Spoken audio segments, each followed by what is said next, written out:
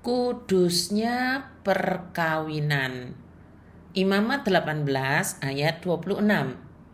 Tetapi kamu ini haruslah tetap berpegang pada ketetapanku dan peraturanku, dan jangan melakukan sesuatu pun dari segala kekejian itu, baik orang Israel asli maupun orang asing yang tinggal di tengah-tengahmu. Saudara-saudara yang dikasihi oleh Tuhan, salam damai sejahtera bagi kita sekalian. Saat teduh kita hari ini dari Imamat 18 ayat 21 sampai 30. Imamat 18 ini mengajarkan bagaimana seharusnya umat Allah hidup dalam perkawinan. Ya saudara, perkawinan bukan hanya ada di kekristenan. Perkawinan ada di setiap insan di dunia ini yang memang memilih untuk menikah. Pertanyaannya, mengapa Allah mengatur soal perkawinan yang dijalani oleh umatnya? Bukankah pernikahan atau perkawinan itu lazim dilakukan oleh orang yang sudah menikah? Nah, saudara, pertanyaan di atas adalah sangat baik untuk kita cermati. Iya ya, mengapa Allah mengatur soal perkawinan dalam umatnya? Ini kita temukan latar belakangnya adalah Allah membedakan antara umat dan bukan umat. Allah memisahkan antara yang dipilih menjadi miliknya dan yang bukan miliknya. Caranya adalah dengan memisahkan cara hidup umatnya dengan cara hidup yang bukan umat. Cara memisahkan itu adalah dengan aturan atau dengan firman. Pada waktu itu bangsa Israel, umat Allah mula-mula berada di tanah perbudakan Mesir. Mereka belum mempunyai aturan hidup sebagai umat Allah, sehingga cara hidup bangsa Mesir dan penyembahan kepada dewa-dewa Mesir juga menjadi cara hidup umat Allah. Ketika Allah memisahkan umatnya dari yang bukan umat, maka Allah memberikan firman ini sebagai aturan yang menguduskan mereka.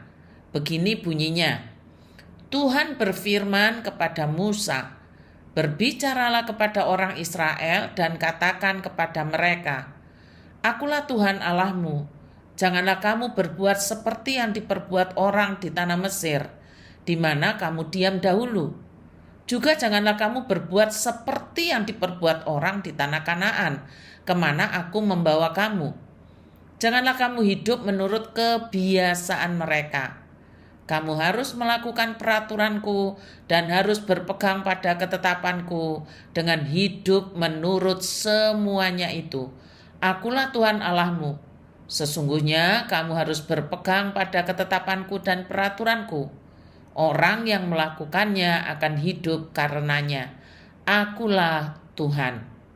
Nah, setelah selesai semua itu firman disampaikan, Allah melalui nabinya menjelaskan bagaimana kudusnya perkawinan umat Allah di hadapan Allah. Bagaimana dengan kita hari ini? Bagaimana dengan perkembangan dunia saat ini dalam memandang perkawinan?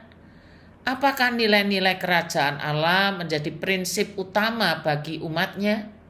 Mari kita tengok sebentar.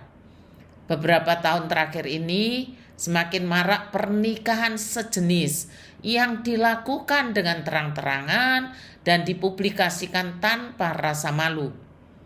Namun ada hal yang lebih gila lagi dalam tanda kutip ya.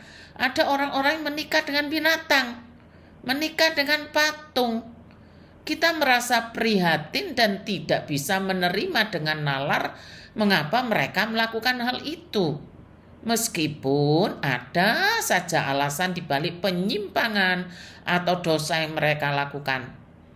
Ternyata penyimpangan atau dosa dalam pernikahan seperti itu sudah ada dan dicatat di Perjanjian Lama. Imamat 18 ini justru Tuhan mengingatkan bangsa Israel betapa kudusnya sebuah pernikahan.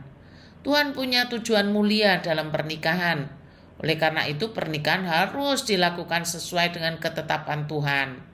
Bangsa Israel diingatkan agar tidak mencontoh kehidupan yang ada di Mesir maupun di tanah Kanaan, termasuk dalam hal pernikahan. Bangsa Mesir dan Kanaan adalah bangsa yang tidak percaya Tuhan. maka ada pernikahan yang dilakukan yang tidak sesuai dengan aturan dan ketetapan Tuhan. Tuhan menegaskan, janganlah menikah dengan kerabat dekat atau incest. Janganlah menikah atau melakukan persetubuhan dengan sesama jenis, bahkan juga dengan binatang. Pernikahan yang salah dan penyimpangan seks ini adalah kekejian yang menjijikkan bagi Tuhan karena merusak tujuan Tuhan dalam pernikahan dan hubungan seksual. Tuhan juga menegaskan mereka yang melakukan kekejian ini akan mendapatkan hukumannya.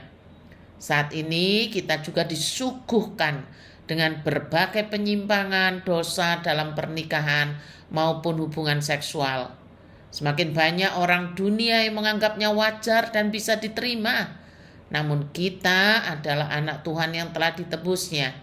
Kita milik Tuhan.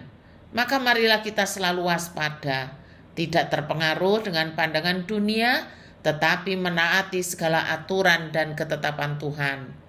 Dalam pernikahan Tuhan telah memberikan ketetapan yang jelas antara satu laki-laki dan satu perempuan.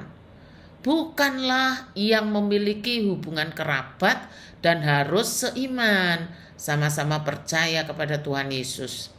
Bagi kita para orang tua, ingatlah bahwa kita punya tanggung jawab yang besar untuk mengajarkan dan menanamkan prinsip kebenaran firman Tuhan tentang pernikahan kepada anak-anak kita.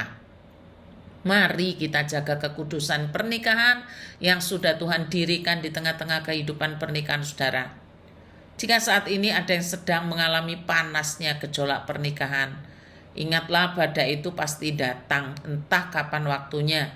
Tetapi saudara tidak sendirian, ada Yesus, Dia hanya sejauh doa. Berdoalah dan saya akan mendoakan saudara-saudara sekalian. Kuatkan hatimu dan jangan dengarkan bisikan iblis yang menggoyahkan pikiranmu untuk berlaku yang melawan firman-Nya. Tuhan memberkati saudara-saudara sekalian, jadilah kuat di dalam Dia.